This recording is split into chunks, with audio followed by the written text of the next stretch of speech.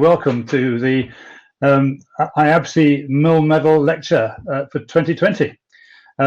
We have a really exciting evening ahead of us, and I'm particularly excited that we've got so many people from all around the world. So the IABSE Milne Medal Lecture, we'll come to the Milne Medal itself in a second, but first of all, just a big welcome from all of you. To all of you from me, Ian Firth. I'm the chair of the IABSE British Group, and this evening we've got two things to do. Actually, one is to hear the Milne Medal lecture from Steve Webb, this year's winner, but also to give a presentation of the Nethercott Prize, which I'll come to in a second. But just so you know who you are, I understand that there are nearly 500 people registered to attend this event this evening. Including people from America, Canada, who are sort of earlier in their day, and I've also seen some names from Australia and New Zealand. They must be very keen because they'll be getting up at the crack of dawn to join us this evening here in the UK, those of us who are sitting here. So as I say, that's me, Ian Firth, the chair of the British Group, and it's my great pleasure to welcome you. The International Association for Bridge and Structural Engineering, for those of you who don't know it, IABSE for short, is, as the name implies, international, all over the world. We have a number of countries, over 100 countries involved, people who are enthusiastic about structures, designers, contractors, builders, clients, architects, engineers, you name it, everybody who is involved in the built environment, and it's a wonderful organization to be part of. Hosted by the Institute of Structural Engineers here in London, as always. If we were meeting in person, we'd be sitting in the HQ, the Structural Engineers HQ in Bastwick Street. But of course, today we're all doing things online. So enough from me for a second. I'm just going to stop sharing my screen so that you can hear from David Nethercott. Sorry, not David Nethercott. I'm looking at the Nethercott Paper Award from David Knight, who will introduce the Nethercott Paper Award, which is indeed the David Nethercott Award. I'm just trying to think, have I stopped sharing my screen now? Well, I'm honoured, as always, to introduce the Nethercott Prize. This is an award we launched a few years ago. It's awarded annually to an early career designer, architect or engineer, expected to be under 35, based in the UK. But it's an award particularly for the quality of written work. The criteria that we judge this on, it's about talking about what makes your project interesting and special, and papers outline projects that people have been working on, the key drivers, key structural or architectural interventions, and most importantly, tell a story or take a critical view of their project. What we're trying to promote is that skill and quality of written communication. And I'm delighted that this year we have a shortlist of two, an excellent shortlist of two, that was judged earlier in the month. We've got two papers: Terminal Velocity, Moving Gatwick Pier 6 Western Extension by James Bingham from WSP, and Ham's Way by Finn Graham from Covey. They are both excellent papers. They're both available on our website, actually, and can be read at your leisure. The judges had a very hard time choosing between the two. The judges were Bill Harvey, John Roberts, and Hector Beattie. And I'm delighted, really, to hand back to Ian to announce the winner. Okay, thank you very much, David.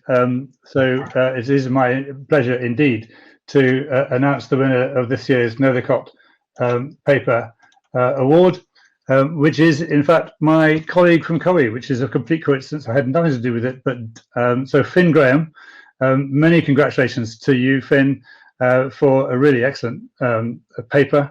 I have seen the paper. I know the work. I know the bridge, and well done indeed for your award this year.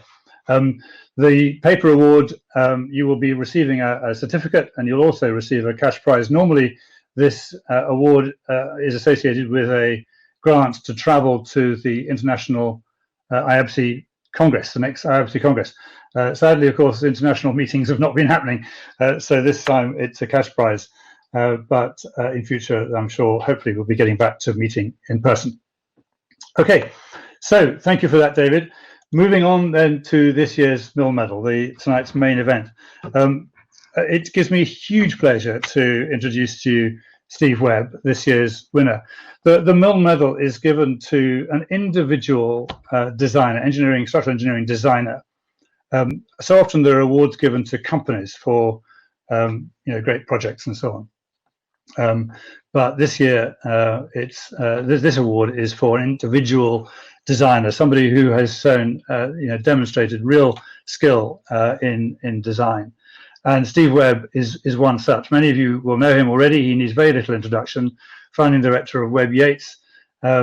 His work, as we'll be seeing, includes some extraordinary stuff in stone. I certainly have been taken by his work in stone. I don't want to preempt in any way what he's going to say to us. Before that, if we were standing together in London, I would present him with the medal, which is as all medals, it's a round thing, and a certificate. I don't know whether, Steve, you have it beside you, but perhaps when we hand it back to you and you can hold it up as we see it. So without really any further ado from me, I'm going to stop sharing my screen. I hope, and so now, Steve, it's over to you, and we look forward to hearing your presentation for this year's Milne Medal lecture. Such a warm introduction. I'm honoured to get the medal. So I was going to start rather boringly in the beginning. This is the Neolithic tell. So a tell is an Arabic word for a hill. These hills are kind of dotted around the Near East, and they're formed by millennia of occupation. So somebody comes along and builds a house, knocks it down, builds another one on top, knocks it down, builds another one on top. The depth and the enormity of that, I mean, I'm guessing that this one is 8,000 or 9,000 years old. 250, 300 generations of people building there, knocking it down, building on top. The oldest bricks in the world were found at Tel Aswad, which is just outside Damascus in Syria. They found, when they excavated the Tel, quite large architectural structures and mud bricks. So these are air-dried mud bricks. Somebody gets some mud, they get some cow dung, they get some straw, they pound it with their feet, and they put it in a mold and they let it dry in the sun. This isn't a photo of that place, but it's a kind of similar place. But you can really understand why somebody standing ankle deep in river mud, surrounded by bulrushes and reeds and straw, might decide that that's quite a good idea for them, quite a good way for them to build. The location of that, so it's just southeast of Damascus, actually quite close to mountains. So there's kind of rock around there. About a day's walk to the north, you can get to those mountains. But you think that somebody in those days made the calculation that I don't think they necessarily had wheels. They didn't have iron tools. They didn't even have bronze tools at that point, and the mud is under their feet. So there are really clear reasons why they built in that way when they did in the place that they were living. About 4,000 years later, technology has really moved on. This is in China. These are the first fired clay bricks that were found. Actually, they were used to make floors in buildings. So the first one is what I think archaeologists call the Pre-Pottery Bee Period, whereas this is afterwards. And again, here, when you look on the map, you can see they're next to a river in a place where there's a lot more trees. So easier way to get fuel to fire bricks, but they're also near mountains. You think, their calculation is it's an easy way to save themselves time. So here you see, it's very simple. Dig a hole, make a big fat wall, dig a hole, smaller hole, fire the bricks with a tree, build a much smaller wall that lasts much longer. So again, there's a very clear reason why they're doing what they're doing at that time with the technology that they had. London, prior to the fire of London, was predominantly a stone and timber city. So we all know what Tudor buildings look like: crook frames, wattle and daub, cow dung and lime, infill. Big city built with timber. The fire of London, everything burned down. James I decreed that from then on, everything had to be made with brick or stone, so that that kind of thing couldn't happen ever again. And again, standing in London with the technology at the time, coal extraction in Newcastle was beginning to increase in volume and become more technological. Prior to that, and certainly with a city the size of London, they're limited by energy supply. So actually, before I decided what I was going to talk about, I had a lot of discussions with Barnabas Calder at Liverpool University, who's an energy historian. He's looking at how many calories people can yield in terms of energy, and how many more calories they can yield if they're digging up coal. So here, again, it's a very simple decision. You've got a big pile of clay under your feet. You can bring in about 15% by volume of coal from Newcastle to make bricks, limiting the amount of material you have to carry. So you wouldn't build, for example, in stone in London because it's too far to bring the stone. Actually, you can bring a much smaller volume of coal and turn the clay into bricks. Coal extraction is the beginning of a kind of fossil fuel revolution that has unleashed all kinds of things. I don't think coal extraction was necessarily something that was a social good. The pollution created by coal in industry is clearly massive. The carbon footprint of producing brickwork with coal or with other means is very high. Brick took off in London, and it's become really embedded in our culture. So at this point, this is one of the oldest surviving terraces in London at Newington Green. The brick is the finish, it's the structure, it's a kind of single move material based on the economics of shipping coal down here, digging holes, what you can dig, what you can burn, and so on and so forth, a kind of logical decision. So bricks really, in our recent history, and actually quite recent, so only since the fire of London have we really used brick to the scale. Brick has become visually acceptable, visually comfortable for us to use. But since then, brick has developed quite a lot. So the brick makers have started an industry, they've built kilns, they've set up infrastructure, people are digging up coal. There's a whole industrial inertia that's gone into brick production. So the people that are controlling the production have vested interests. They've invested a lot of money. They are brick makers by trade. They're not going to change that. And it becomes kind of culturally embedded. But there are problems with brick. So we've got to insulate it. So around about, I guess, 1950, 1960, we start splitting walls into two walls instead of one, weakening them, meaning that we have to put wind posts in, or in this case, reinforced masonry. Somebody decides that bricks are a bit too expensive, so they replace the inner leaf with blockwork. They have to tie the two leaves together so that they don't kind of separate. So they put in some brick ties. They put insulation in the cavity. Brick expands and block shrinks, so you have to put a load of movement joints in. You have to put shelf angles on the corners of buildings because the frames don't move in the same way as the brickwork does. All the other bits and pieces in that diagram, this is something that I got from the International Masonry Institute. They have a whole series of diagrams like this. This is how we make brickwork work today. Bricks are not necessarily made in the UK. We probably import, I think we import about 5 times as many bricks as we export. Bricks are made a long way away and shipped here. And there's a kind of symbiosis between planners deciding that bricks are desirable because of the history of brickwork, architects identifying that they get an easy ride with planners if they propose a brick building, and then they know they can procure it because somebody's making it. Somebody's making it because they're buying it. They're buying it because somebody's making it. it's recommended because it's what we've always done. So you can see how something which really, the brick world started off as a very logical, simple decision. I've got mud by the river and some straw. Over time, develops into something which is a bit of an aberration. This is, I think, what you would say is a kind of market-led technological development, that the market might not lead the technology in the right way. Actually, you can get to the point where it becomes quite an aberration. Apologies to Peter Barber for showing his project here, but you can see here the brick. This brick is stuck on this building. It's a decorative material. It's stuck on the soffits. It's stuck all over the place. It's a very heavy, environmentally damaging material.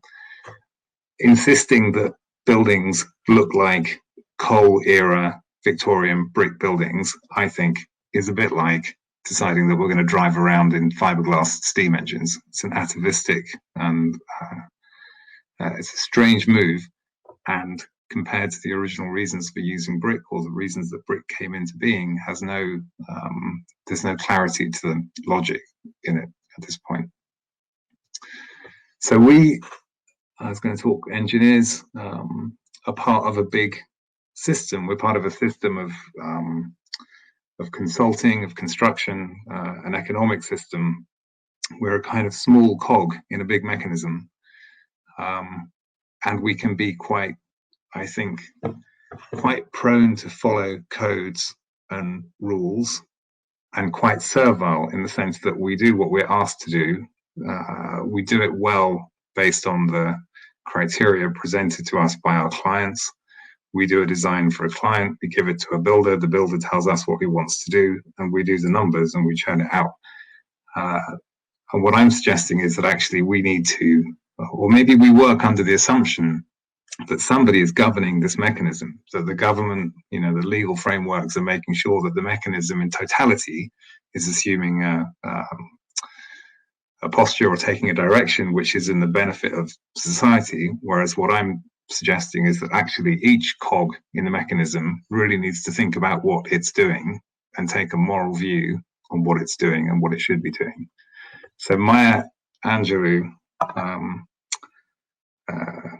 has a good quote: "Throughout history, we've constructed pyramidic towers of evil, often in the name of good."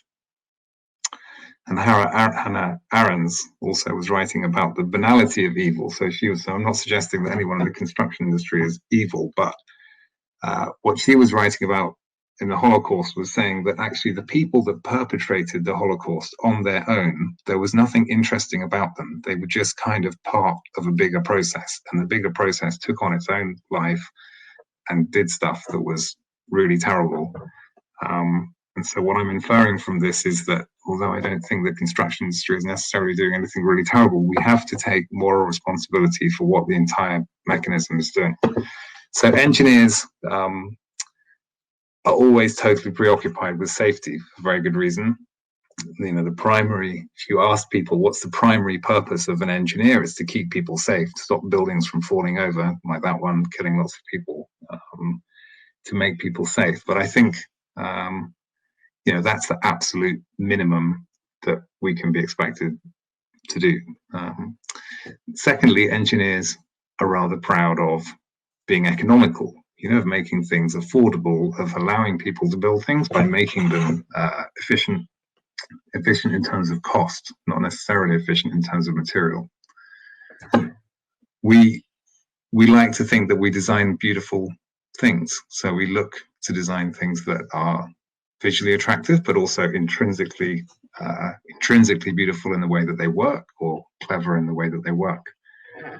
I think we should go further. I think we should think about what kind of employment we're creating.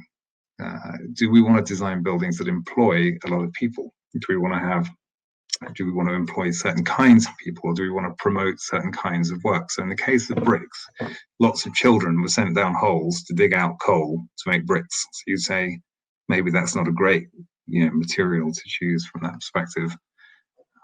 So we want to promote perhaps crafts or different things. In a kind of sustainability context, material in the UK now, for example, it's ubiquitous to use a 300mm flat slab. And the reason is that the material is cheaper than the labor. The labor to build complicated formwork is expensive. Material is cheap. So we'll put in big, fat, overly heavy components to save time in manufacture and construction. At different times, Luigi Nervi in post-war Italy, Felix Candela working in Mexico, in environments where labor is cheaper and materials more expensive, countries have balance of payment problems, engineers spend a lot more time thinking about how to streamline the structure. Carpenters spend a lot more time building formwork. Human effort supplants material, and I think that, potentially that's a far less environmentally damaging high employment thing. I often argue with Tim Lucas. Tim Lucas loves CNC and robots. So kind of thinking that, what's going to be the result of the automation of a lot of construction work? Is it going to be that we're going to live amazing lives, live really well, everyone's going to get a universal income, and robots are going to do all the work? Or does it really mean that we're going to have a massive unemployed underclass and very few very rich people surrounded by robots? I think these are the kind of questions that we need to ask ourselves. So I was going to talk about our practice, or Webb Yates, and the things that I've done for Webb Yates, or that we've done together at Webb Yates. We have always been pushing a sustainability agenda. So more recently, there's been a massive, a big outpouring of importance for the environment, and quite rightly so, because of Greta Thunberg and other things. And people are looking for ideas and ways of modeling and ways of assessing the carbon footprint of buildings they're making, the embodied carbon, the carbon in use. I think it's always been really obvious in this instance, wood production, while logging and industrial forestry is probably not the best environmental practice in the world, you can pretty clearly see that it does far less damage to the environment than steel manufacture. So we've always been trying to push better solutions from a sustainability point of view into our projects. And we were curious initially, and this is a kind of very old diagram that I've been peddling for a long time, I have to say, what is really the best thing to do? So we know that steel is bad for the environment, but actually steel is incredibly strong, so we don't use very much of it. Timber, is it better for the environment? Who knows? How do you work this out? So this is a very simple example. It's a 2-meter beam supporting a 1-ton car. So at the top row, all of these sections are strong enough to hold the car up. So you have 100 mil by 200 mil of softwood, 30 mil by 200 mil of hardwood. They're all the same depth, so that it's a kind of pro rata equivalent. 28 millimeters of reinforced concrete beam. So you wouldn't really make a 28 millimeter reinforced concrete beam, obviously, or maybe you could, but it's a pro rata comparison. 2.1 millimeters of steel. Stiffness, usually stiffness governs. So those are the equivalent sections to the timber beam on stiffness. Based on stiffness, the carbon footprint is at the bottom of the page. So 22 kilos of CO2 per meter for the steel beam, 15 for the concrete, about 5 for the timber, minus 16 for the timber for the CO2 that the tree consumed while it was growing. So if you burn your building down or you let it rot at the end of its life, then all of that is going to get back out again as methane or CO2. So it's kind of debatable whether you should include that. But morally, our individual carbon footprints might be 10 tons a year. An engineer's carbon footprint professionally is probably hundreds of tons. So we have always encouraged people to try to swap out, for that reason, try to swap out steel for timber, and actually gone quite a long way in advocating that approach with clients.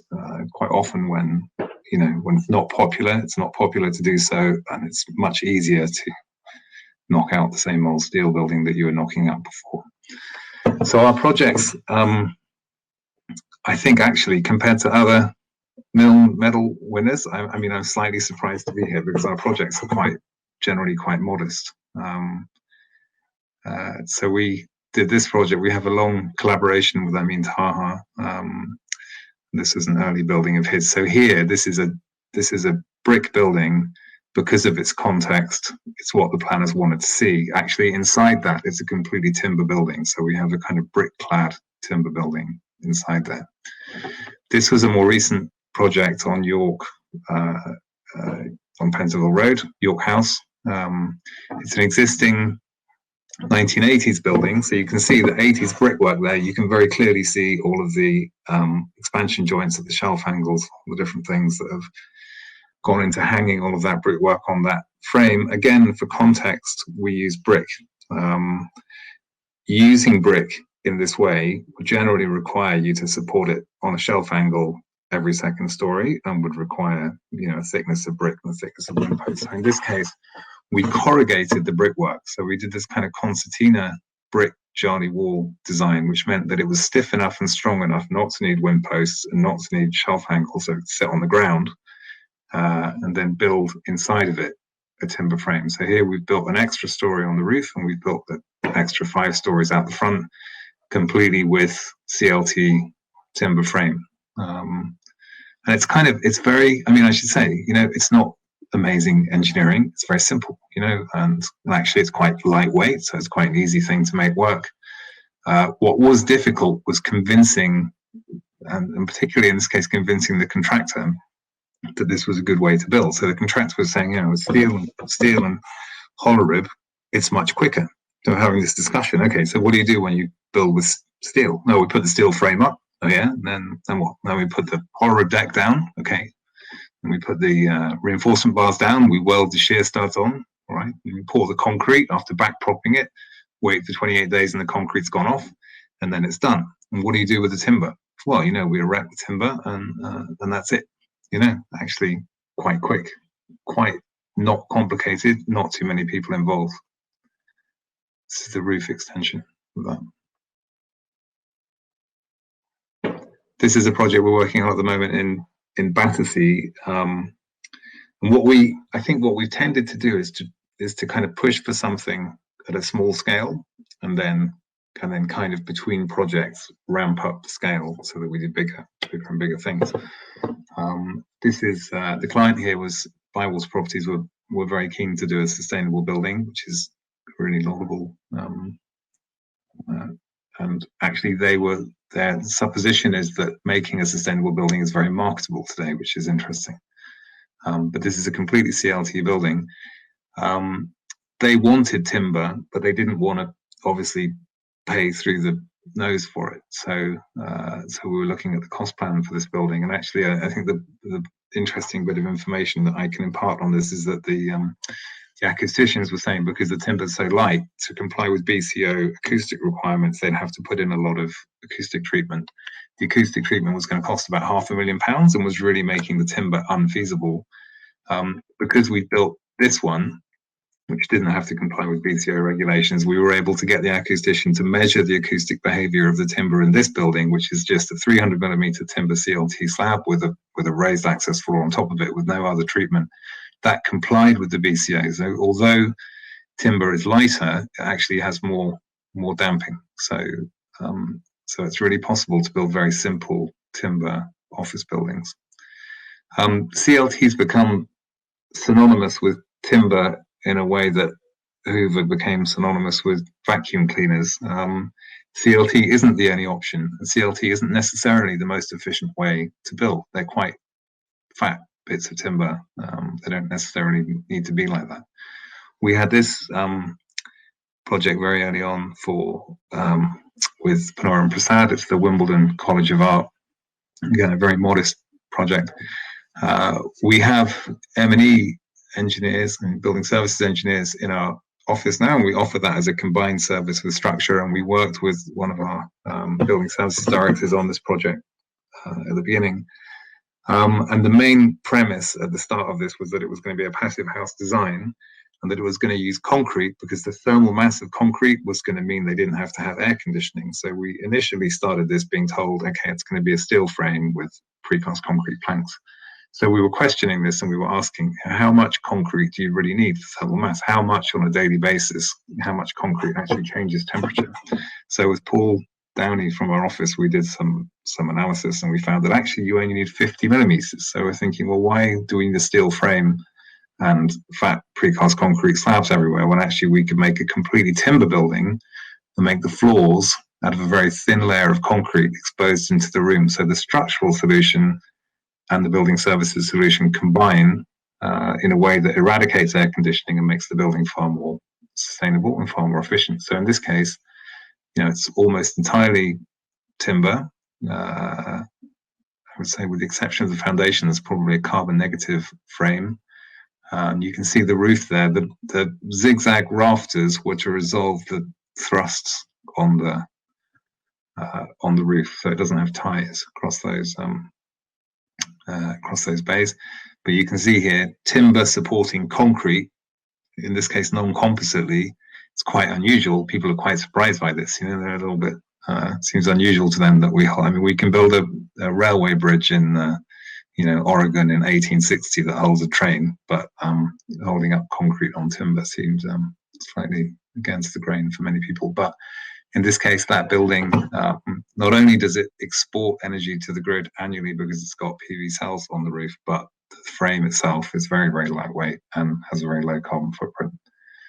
So we were thinking this was a great principle, and we had another similar collaboration with Brother Prasad and Paul Downey on the Anna Freud Centre. So this is a £17 million office building in Pentonville for Anna Freud. We have a huge basement under this building with a lot of concrete in it, which is not particularly sustainable. We reused an old Victorian warehouse on the left, but all the upper floors of the building were built with timber on the same principle as the other building, timber with precast concrete slabs on top, and this time using them compositely. So we're using Baubucher, which I'm sure everyone's familiar with.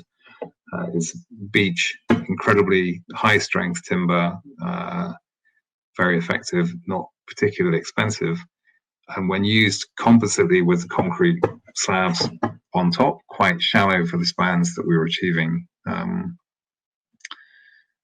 So once again, the concrete's exposed in the shear connection between the concrete and the timber. The concrete is exposed in the soffit of the building, meaning that the building has no air conditioning, no energy expended for cooling, and that actually the upper part of the building is by and large carbon negative because of the timber and the small amount of concrete that's within it. So the client really liked this, and I mean we proposed it. They really liked it. We'd done it previously with Pranur and Prasad, so they were really happy with it. And actually, when value engineering came around, they didn't want to remove this. They wanted to hold on to this thing specifically. And it's been said a lot that people respond well to natural materials. Apparently, the kids in the school behave better than they used to in the old school. And you wonder whether actually having a timber building has some kind of benefit for the people inside it. So now, post Grenfell, which sounds like a Fire of London moment, timber buildings have come under huge scrutiny for fire reasons, and there are regulations coming into play that are preventing buildings over a certain size being made with timber, with flammable materials in the facades, and actually a requirement to build taller buildings. How do we do this? We're kind of interested in maybe hybrids between timber and concrete. The concrete precast flat panel industry, in a way, in terms of the typology and the way that things are constructed, is very similar to the CLT industry in the sense that they're delivering big panels, they're erecting them on cranes. Actually, it would be quite a simple thing to say, okay, we're going to do a tall building. The vertical structure is going to be concrete, the horizontal structure is going to be timber. Actually, if you look at a tallish building, the volume of the slabs is far more than the volume of the vertical structure. And so actually, by making the floors in a big building timber while the walls remain concrete, you still have a relatively low carbon building. This was a hybrid building that we worked on with Amin. This is it's the end of a parade of shops on Upper Street. The building the original building on this site was bombed in the war, and it was an empty site for many years.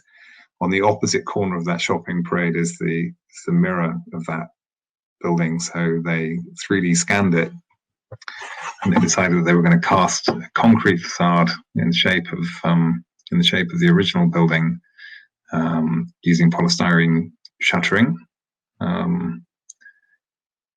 And we pushed for a timber structure on the inside. So here you have this issue where you want to build a timber structure and you want a different structure to hold it up. And the contractor says, oh, well, we're going to have two different subcontractors. This guy turns up on Monday and does a little bit of work and goes away. And another guy comes on Tuesday and does a bit of work and he goes away. They all blame each other for delays and program problems and hook time and all that kind of thing. So in this case, we built the entire building with timber with temporary props, and then afterwards enveloped it in the concrete in two distinct stages so that we avoided that kind of contractor overlap.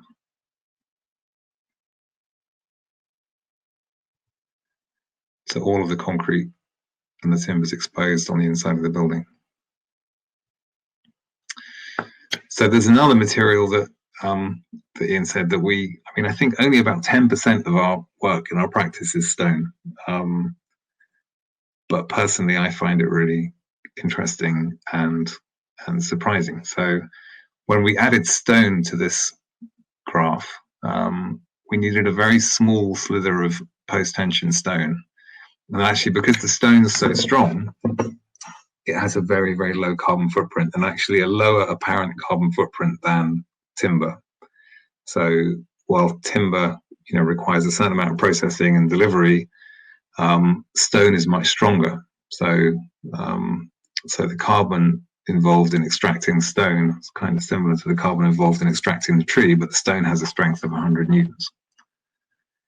So typically, since the invention of Portland cement, we would get 200 newtons per millimeter squared limestone, maybe 100 newton per millimeter squared limestone. We crush it, we get a lot of gas or coal, we burn it in a cement factory, we batch it with limited amounts or scarce fresh water, scarce sharp sand. So apparently there's a global shortage of sharp sand, which is extraordinary. We put in a load of reinforcement, we put up formwork, false work, through bolts, we deliver the concrete, pump it up, vibrate it, back prop it, trowel it off, put releasing agent, curing agent, finally let it go, and we end up with a bit of concrete with a strength of 40 newtons.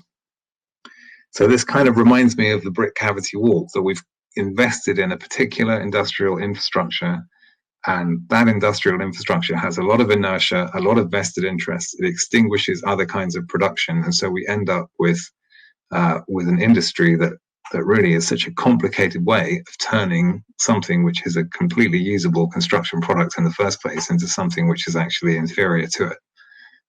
So we were talking about building with stone recently, and somebody said, oh yeah, well, what are the logistics of building a stone building? It could be really complicated. And it's like, well, you deliver some pieces of stone to a building site, you don't need a lorry with a rotating tank on the back, which is, from a kind of base position is not the best logistics.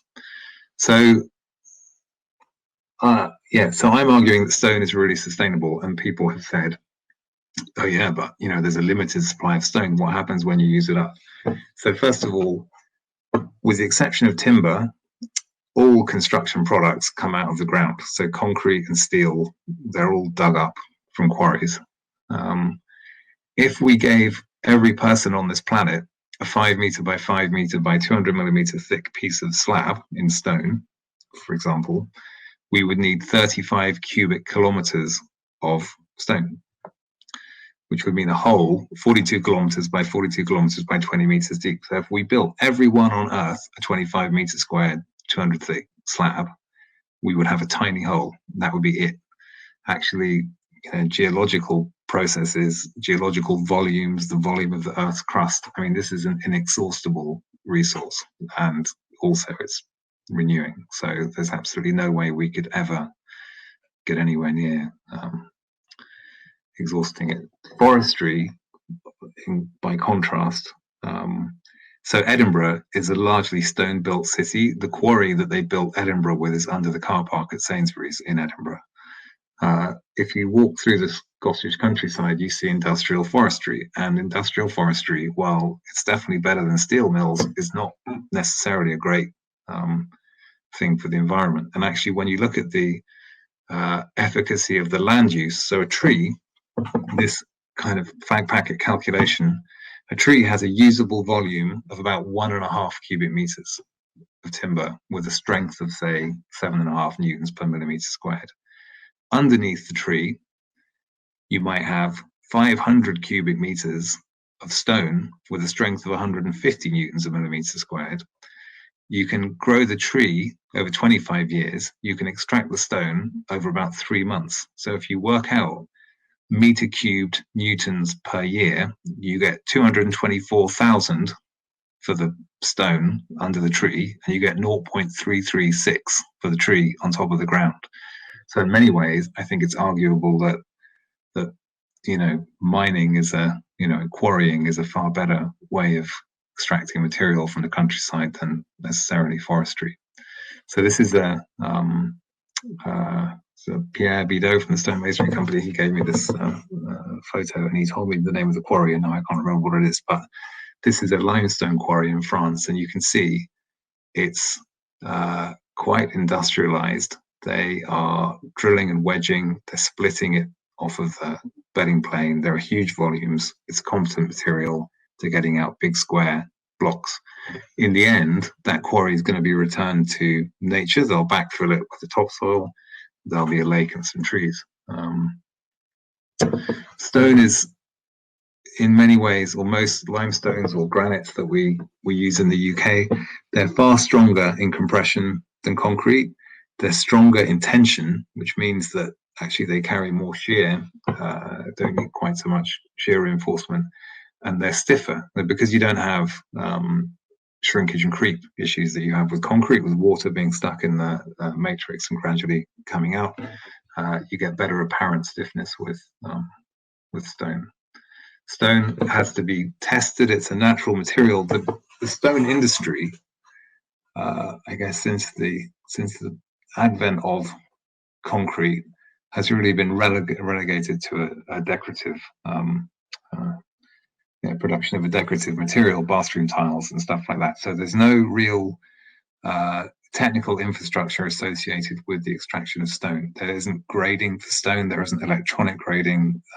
You have to test the stone. You have to make sure that it's strong enough itself. You have to consider the statistics of how much variance there is between one sample and another, and whether you're against or along the bedding plane, and all the different things that come into being. We have quite big factors of safety with stone because of this kind of thing. So that ammonite, in this case, is right in the middle of the sample. You can't see it. It reduces the strength of that, or reduce the strength of that sample by about 30%.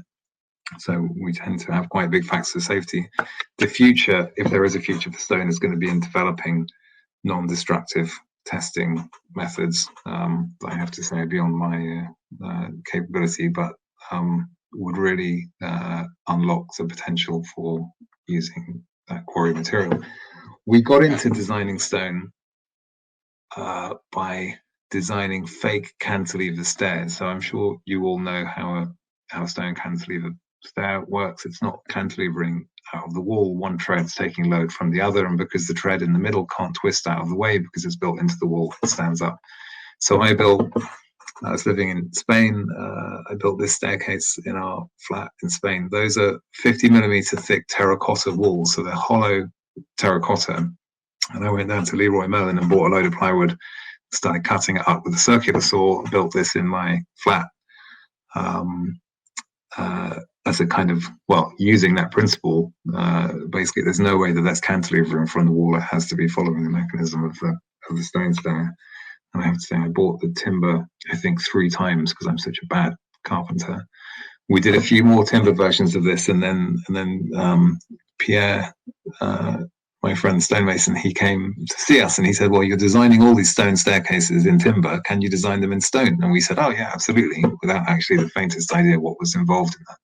So we started making traditional and less traditional stone staircases. So this is a staircase with Glen Howells, where we've cut away the low stress stone, but basically it's following exactly the same principle. And again, another one with with a quarry finish. The cables here are just the balustrade infill, so people don't fall off the stairs. But it's basically a traditional stair. So Pierre and his company were slightly limited in the fact that they could only sell staircases to people who have a stair next to a wall. And this is kind of, not all staircases are like that. So they were interested in developing a way of making free spanning stairs. So we started looking at how we could reinforce the stone. So we're definitely not the first people in history to reinforce stone. There are lots of other examples. Peter Rice, there's a company Fusser in Germany that does it. A lot of Bureau Happold Hopkins projects have reinforced stone. But there aren't very many codes, and there isn't a really clear instruction manual, so it's a little bit more intrepid. Although actually quite nice not to have 500 volumes of code to follow, but actually to sit down and figure it out yourself. So this was an early test we did. A 3.2 meter span, 50 millimeter thick slabs of stone. So it's like post-tensioning 4 paving slabs end to end. There are 2 8mm cables, and there's 5 tons in each cable. They're set on a parabolic trajectory so that when you stretch the cables, they lift the stone. They push the ends of the stone together so that it acts as a beam. We made that work, span 3 meters, 50 millimeters thick for a domestic occupation load. The cables are routed into the underside of the bench because you can't drill long holes in skinny bits of stone very easily. So we did this. We did a lot more R&D. This is Wendell Sebastian in the middle from UCL, who we're doing some amazing R&D work with the stonemasonry company at the moment. So we're reinforcing stone beams, we're grouting in the cables, we're testing them. Earlier on, this is a 75% model of a helical stair. So we started doing staircases. People have a lot of money for stairs, and they're very excited about them, and they spend quite a lot of money on the stairs. They're prepared to be audacious, and they're prepared to pay engineers' fees. So we were able to, they generated enough money to actually do some research. So this was an early trial that failed completely because of the tensioning order on the jacks, which was quite alarming. Eventually we got that to work. So that's an early load test on a 75% version. We did short ones, slightly longer ones, straight ones, lots of different versions, lots of mistakes, lots of learning on the way, unexpected behaviors. But I think probably the most monumental moment was this one. This is the Formby stair. I think we won a Structures Award for this. It's 270 degrees. It's 1.4 meters wide. They're solid stone treads, and there are 2 12mm tendons with 120 kilonewtons in each tendon. And that's the finished stair. We developed an analysis method for this solid, using SAP solid elements, modeling the joints, the disengagement of the joints. When we first started doing post-tension stone, we would tension, because we were a little bit nervous, and we would tension to the ultimate limit state. Then we would tension to the serviceability state. When we got to the point of this staircase, you realize you just can't keep doing that. And actually, so we have a model that allows for partial cracking in joints and checks shears in residual closed joint in a kind of second order way. But this is so we spent a lot of time analyzing this. When we saw the photographs, I was really alarmed because it just doesn't seem like it can be real. Actually, the helical shape is quite virtuous, strangely. But it's I think it's a very elegant, very simple thing. And actually, if you can make this work for that, then you can definitely make beams and columns work for buildings.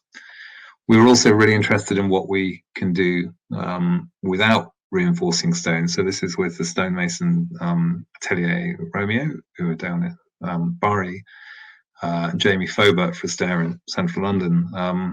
I think this stair initially was conceived as a stone-clad steel stair, and I think at a certain point we were suggesting that we were going to post-tension it. But actually, we were really interested in how it would work if we didn't post-tension it. So how can we get this stair to stand together? So obviously Gothic cathedrals are immense mathematical structures, unreinforced stone, dotted all over the countryside, completely amazing, something that I don't know if we would be able to design anything like that today. So this is a kind of really modest foray into that territory, but we were really interested in, so we'd experiment this with polystyrene. If it stands up in polystyrene, then it'll stand up in stone. We managed to make this thing stand up for about 3 seconds before somebody breathed and it fell down again. But we were confident that if it stood up in polystyrene for 3 seconds, it would stand up in stone forever. So that was the basis of, this experimentation informed an analysis of the stone structure and the stone blocks. And basically the system is that there's an arch on one side of the stair, the traditional stone stair cantilevers off the side of the arch. The landing sections are torsionally interlocked so they can't fall over. We hollowed out some of the stones to save weight. It's travertine, very expensive stone. That's the finish there. I should say, balustrades are going on all of these staircases after we take the photos. So I think the balustrade really ruins the kind of structural impact. So we try and get the photography done before the balustrade goes on. But yeah, this is just stone, no reinforcement at all. It weighed 16 tons, and it's on the 5th floor of a 1920s building with a 6-inch slab. So we had a real problem. How do we support that weight on that really thin slab without having a massive structural zone underneath it? So how can we support 16 tons over a 5-meter gap in a 50mm floor finishes zone? So the answer, inspired by Junya Ishigami, was a 50mm waffle plate. So there's a steel plate that's going to be welded onto that afterwards. It was built 75mm high in the middle. We jacked it flat, we built the stair, and then we took the jacks away so that the live load from the stair went through it into the slab underneath where it would have gone in the first place, and all the dead load of the stair was shed onto the adjacent walls through that plate, which at this point was a simple and straightforward achievement. At the time, we were terrified that we got the calculation wrong for the stiffness and that this thing was going to kind of ping the stair off after it was built. And then again, with Amin, his building in Clerkenwell Close. So in this case, we started off with a parametrically designed steel frame, and then the planner said that we should do it with brickwork. And we had a brick scheme for a while, but I don't think anybody really fell in love with it. And the planner said, or Amin said to the planner, is it okay to build it in stone? The planner said, yeah. So we went for a stone solution. So here we have a concrete frame with a core, but no columns, and then the facade entirely supporting the concrete frame on the inside. So again, rather like Upper Street, to avoid the kind of overlap or interlock of different subcontractors, we built the concrete frame on props. So the whole thing went up 5 stories on lots of props. And then the stone was built back in there afterwards onto effectively thermally broken balcony connections. So the facade is completely load bearing. The 3 finishes, if you remember the picture of the quarry, the 3 finishes are the finishes that come out of the quarry. So I think Amin went to see the quarry and he saw the finishes that were coming out. So you have the kind of feather, you have the sort of semi-cylindrical cut holes from the feather split. You have the bedding plane, which is kind of really gnarly, and then you have the bits where it's sawn up. And there's no other finishing on this, and I think there's an intrinsic logic in that. This is what it looks like. This is how it comes out of the quarry. If you're standing ankle deep in mud in the by a Syrian river and deciding that's how you're going to build, or you're in a quarry in France and you're seeing that this is coming out of the quarry, there's a logic and there's a connection between what you're doing and the way that material is handled and where it's come from. We're doing other buildings similar to that. So we have a 10-story building in Finchley Road at the moment, which is currently in construction. And we curated the stone exhibition at the building centre during the last lockdown, which was not the best time to run an exhibition. But out the front of there is this stone beam. So the idea here is that we would essentially build a 30-story stone building with stone floors. And if it's a commercial office building, they want to have 12 meters. Well, in the days when people wanted office buildings, they wanted to have 12-meter spans, no columns, open floors. Can we do a 12-meter span in stone? So this is a 450 mil deep. It's composite with a top that it's so simple. Lumps of stone, holes, bars, and a bit of jacking. The manufacturing process is so quick. You can assemble this on the side of a quarry and you can ship it to site. It's really such a simple solution and very, very low carbon and, spanning 12 meters in a reasonable depth. So I think it's funny that thinking when they built Iron Bridge in Telford, the ironwork copied the detailing of timber furniture. So there are kind of mortise and tenon joints and wedges. It kind of looks like timber. So the very early iron structures were really taking their cues from timber. I think when they started building with concrete at the exhibition, the Great Exhibition around Wembley, Owen Williams, the engineer, was working with Maxwell Ayrton and getting very frustrated that concrete at that point, an incredibly modern material, was being used to look like stone, and all the ornamentation on the buildings kind of neoclassical. He was getting very frustrated and he thought that, concrete needed its own architecture, and then went on to design Daily Express and Boots, Wets, and all sorts of things like that. So I think CLT to a certain degree emulates concrete. That I think people are comfortable with CLT because they get the 300 millimeter thick concrete slab and they see a 300 millimeter thick timber slab, and it's kind of giving them some mental comfort. And I think with this proposition, we have stone emulating concrete, which is a strange irony. And I think stone, has an opportunity to have a language of its own. This, so the kind of typical use of stone is obviously vaults and arches and, Gothic stuff, not very useful for an office building, not very useful when you want to have flat floors. So we were kind of curious to see what we could do with stone laid flat. So this is at the Raphael Gallery at the V&A. We were asked to do an exhibit for engineering lates. These are 500 millimeter square, 40 millimeter thick Mirabelle limestone tiles. They're supported on 4 edges. So you can see all the way around the outside, they sit on little steel stalks. They're not supported across the middle. So that's 40 millimeters of unreinforced stone spanning 3 meters. So, and if you can see my mouse waving around the stone. So this is like a tile, a Mickey Mouse. If you have a Mickey Mouse tile puzzle, you slide the tiles around. They're kind of tongue in groove connected to each other. You have a hole wherever you have the hole. You can't shake the tiles out because they're torsionally interlocked. So the tile in the corner is held up on 3 points, making the 4th point stable. The next tile is held up on those 2 points and on the previous tile, etc., etc. So it spans in all directions. If you break one, the loads can travel around it. So it's incredibly redundant. It took us an hour to build it. A 3 meter span, 40 millimeters thick, made in an hour, no form work, no curing time, no false work. It is the finish. You can walk on it. The clamps are there because they were easy to make. We were joking that the film Pi, they search for a number that defines the algorithm that defines everything in life, and that the number is also the name of God in the Hebrew numerical alphabet. When we analyzed the stresses in this slab, they came out as 4 big red love hearts, and we were thinking that maybe we'd found God's logo with the there was a sign that this was a really important way to build. So we extrapolated that into into a kind of building system. So, you know, what are the logistics of building in stone?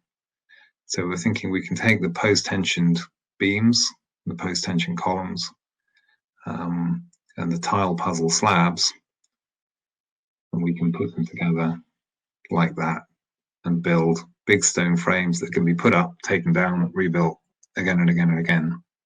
Very low carbon, very quick, very simple. So this was a kind of trial version of that. I should say, after I did that, that fell down, which is a testament to my doing calculations on the back of a fag packet on a tube train. But we think stone might be a really interesting future when sustainable buildings can tend to be a bit hokey or a little bit retrogressive. The idea of kind of going backwards into a bucolic agricultural past. Actually, stone offers potentially the opposite opportunity. This is a black basalt. These are Wedgwood vases. Basalt is incredibly strong. There's a lot of basalt out there. I think that there's a future for stone, really futuristic, really different. Probably not like that, but maybe in Blade Runner, those buildings are made of reinforced basalt, or basalt reinforced with basalt reinforcement. That was really first class. Okay, so we come to question time. Steve, that's absolutely fantastic. Thank you so much. That was really, really inspiring stuff, and exactly what I was expecting to see, the sort of stimulating stuff to come from you and your office. So thank you for that. I'm going to sort of kick you off. One of the things that struck me as you were speaking is that you have somehow managed to find clients who want to do things differently, and for whom sustainability is a priority. You know, what is the process, and how can we as a profession really move the needle in educating our clients to want to build sustainably, even to do nothing? You know, the sort of the do nothing solution, which is, if you like, the ultimate sustainable, when, you know, use an existing building rather than knock it down and build a new one. How do we move towards that situation more quickly? Well, I think we don't. Most of our jobs, I have to say, have not come as interesting jobs or with the word interesting job label on the top.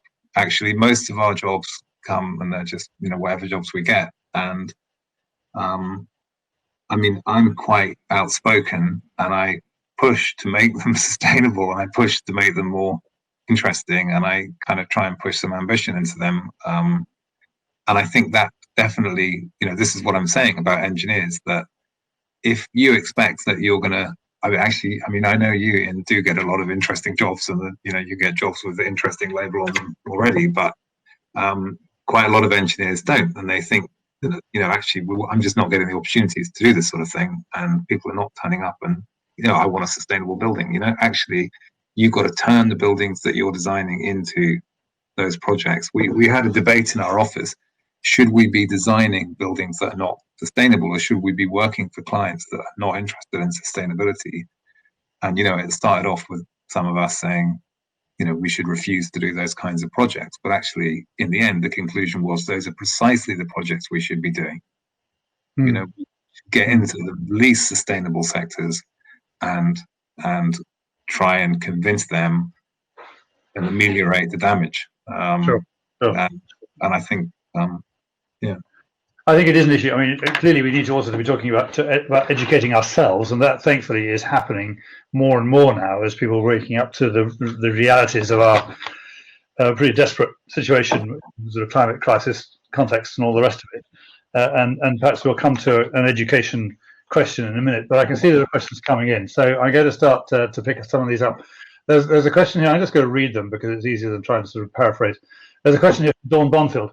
The steel industry are very good at lobbying and producing brochures, etc., to suggest that they have very sustainable materials these days, taking reuse and circular design into account. Is this not the case, and are we being misled? Yeah, actually, no, steel is great because it's a byproduct of the GGBS industry. In the manufacturing of GGBS, steel pops out the bottom of the blast furnace, so it's a byproduct.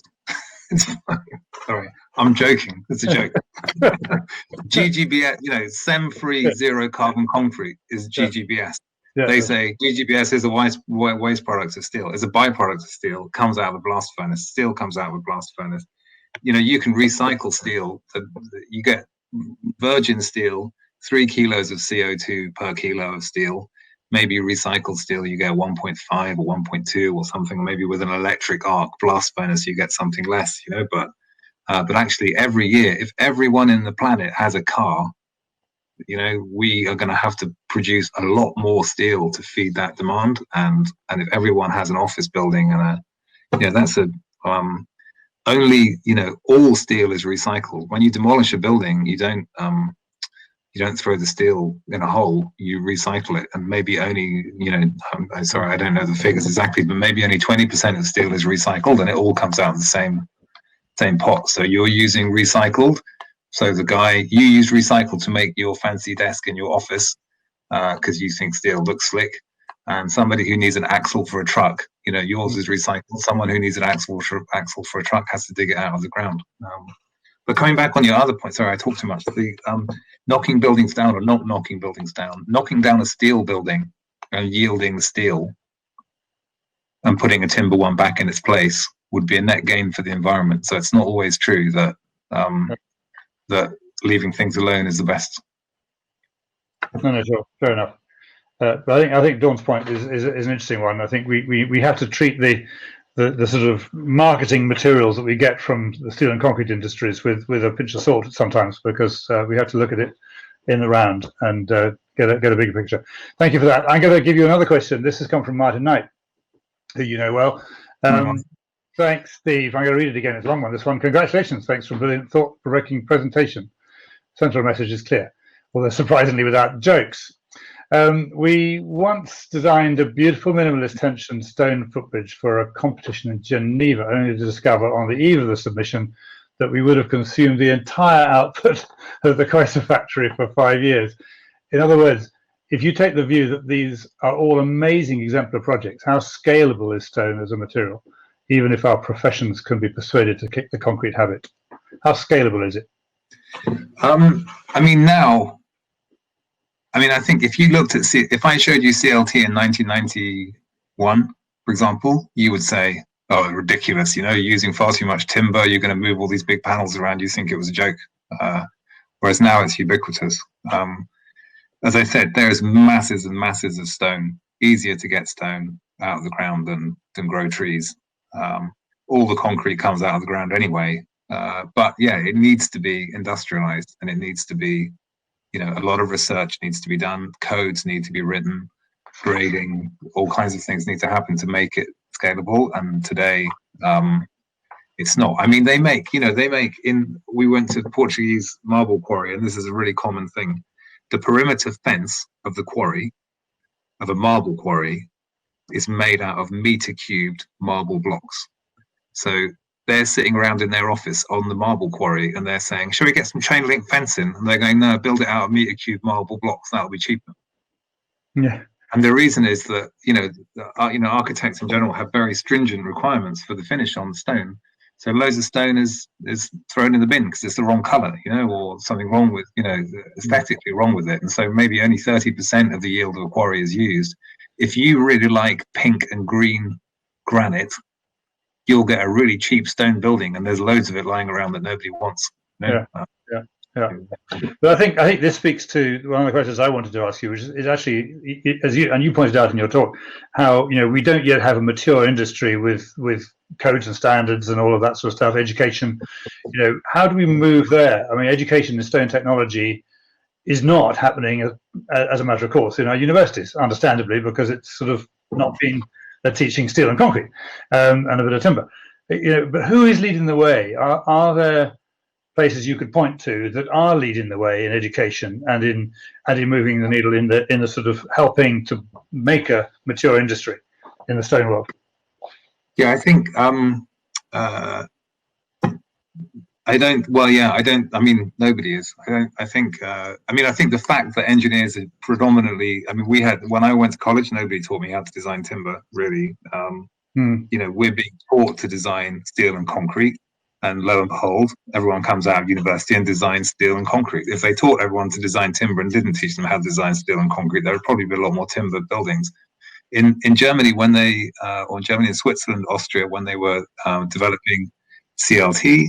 They were, I think they federated a lot of companies, invested a lot of money. I don't think in Germany they have quite the laissez-faire, market-driven industrial policy that we have in the UK.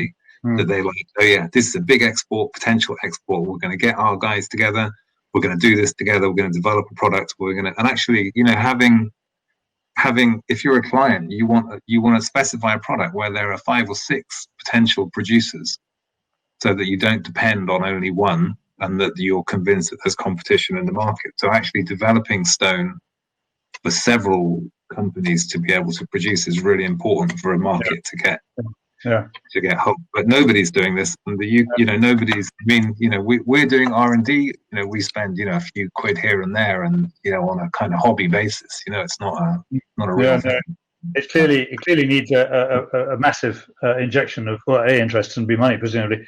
I'm going to keep coming. These questions are coming thick and fast. Here's a straightforward, simple one from Angus Lowe. Steve, I must have missed how the stone interfaces are prepared in your pre-stressed stone 12-meter beams. Question: what's in the interface? Oh, between the stone, from stone to stone. Does he mean? Yeah, I think so. It's a Parax mortar, like an epoxy. 3 millimeters, I think. Okay. You need something to cushion the stone against the stone. Otherwise it breaks. Yeah. Well, absolutely. Yeah. But it's only quite thin, presumably. It's only a very thin layer. Yeah, very thin. But you just need to make sure that you're not getting hard.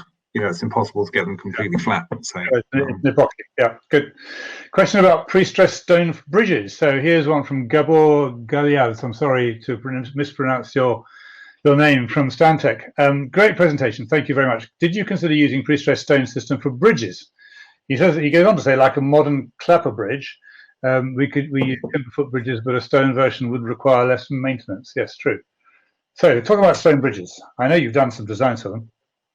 Yeah, we've done actually, I think that the UK Highways Code for unreinforced masonry arches has a bit of a paragraph in the beginning that says the amount of money spent on maintenance of steel and concrete bridges over the last 50 years is far more than ever spent on stone masonry bridges. So I think they're kind of, they're keen on that. So we were designing a post-tension stone arch bridge that's kind of stalled as a project for the moment. But I know you're designing a stone ribbon bridge, aren't you? And there's the Jörg Concept ribbon bridge. Yeah, well, there are several things around, but that's just stone, not actually as the primary structure. Stone slabs on steel cables or something. But to actually have a post-tension bridge would be fabulous, wouldn't it? I saw a Chinese bridge, motorway bridge, on the internet, 120-meter span stone arch. Seriously.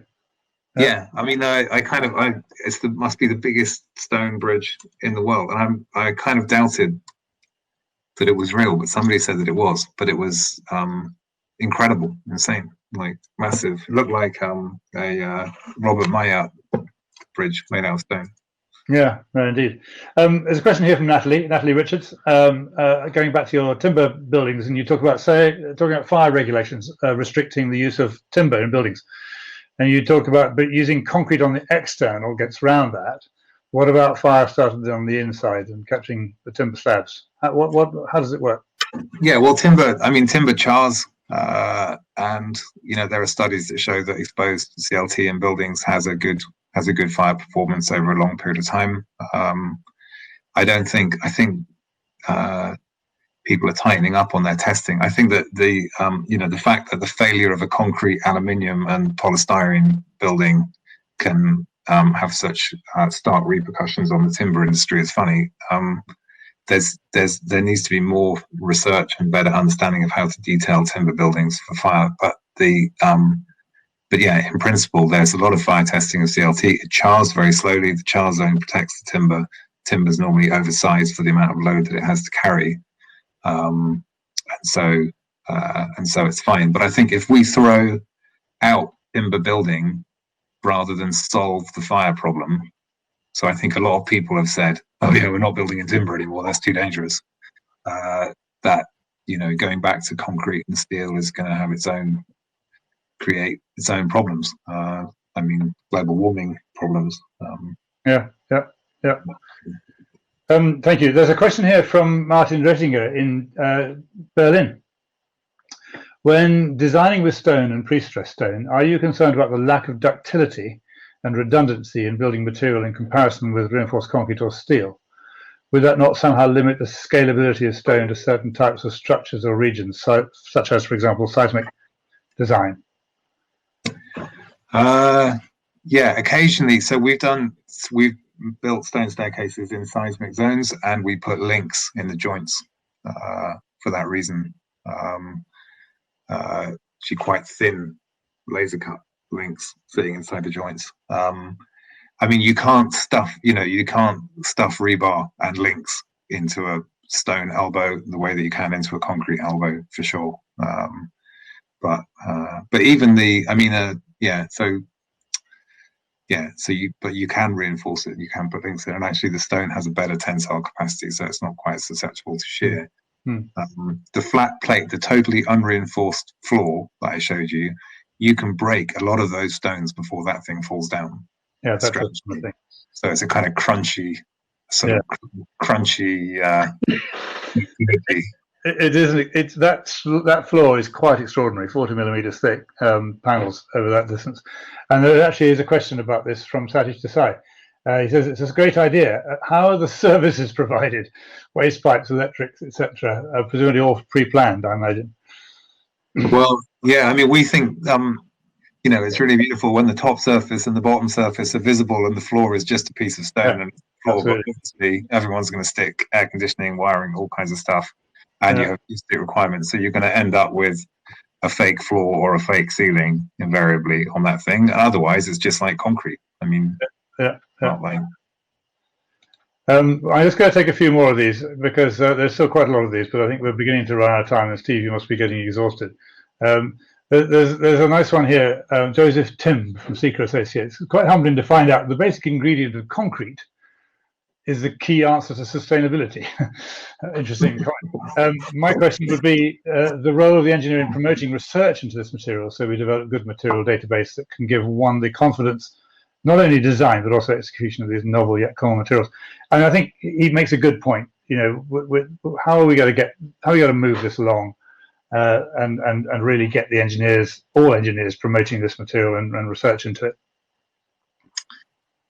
Yeah, I don't know. I mean, Wendell Sebastian from UCL is really enthusiastic about it, and he's been an amazing collaborator in doing the small amounts of R&D that we can afford to do, but.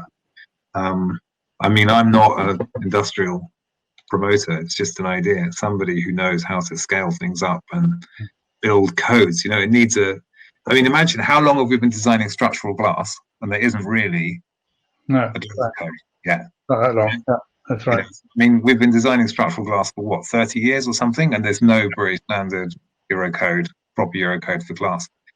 How long is it going to take to get stone one? I mean. Yeah. I mean, we were thinking we would write the kind of stone designer's guide of some kind of primitive code, firstly for our own use and maybe publish it. But there needs. I mean, I think in the UK there needs to be an active, industrial policy that takes these things on rather than just thinking that the market. I mean, what I'm trying to say with that thing is market-driven economy leads to aberrations like the silly brick wall thing, and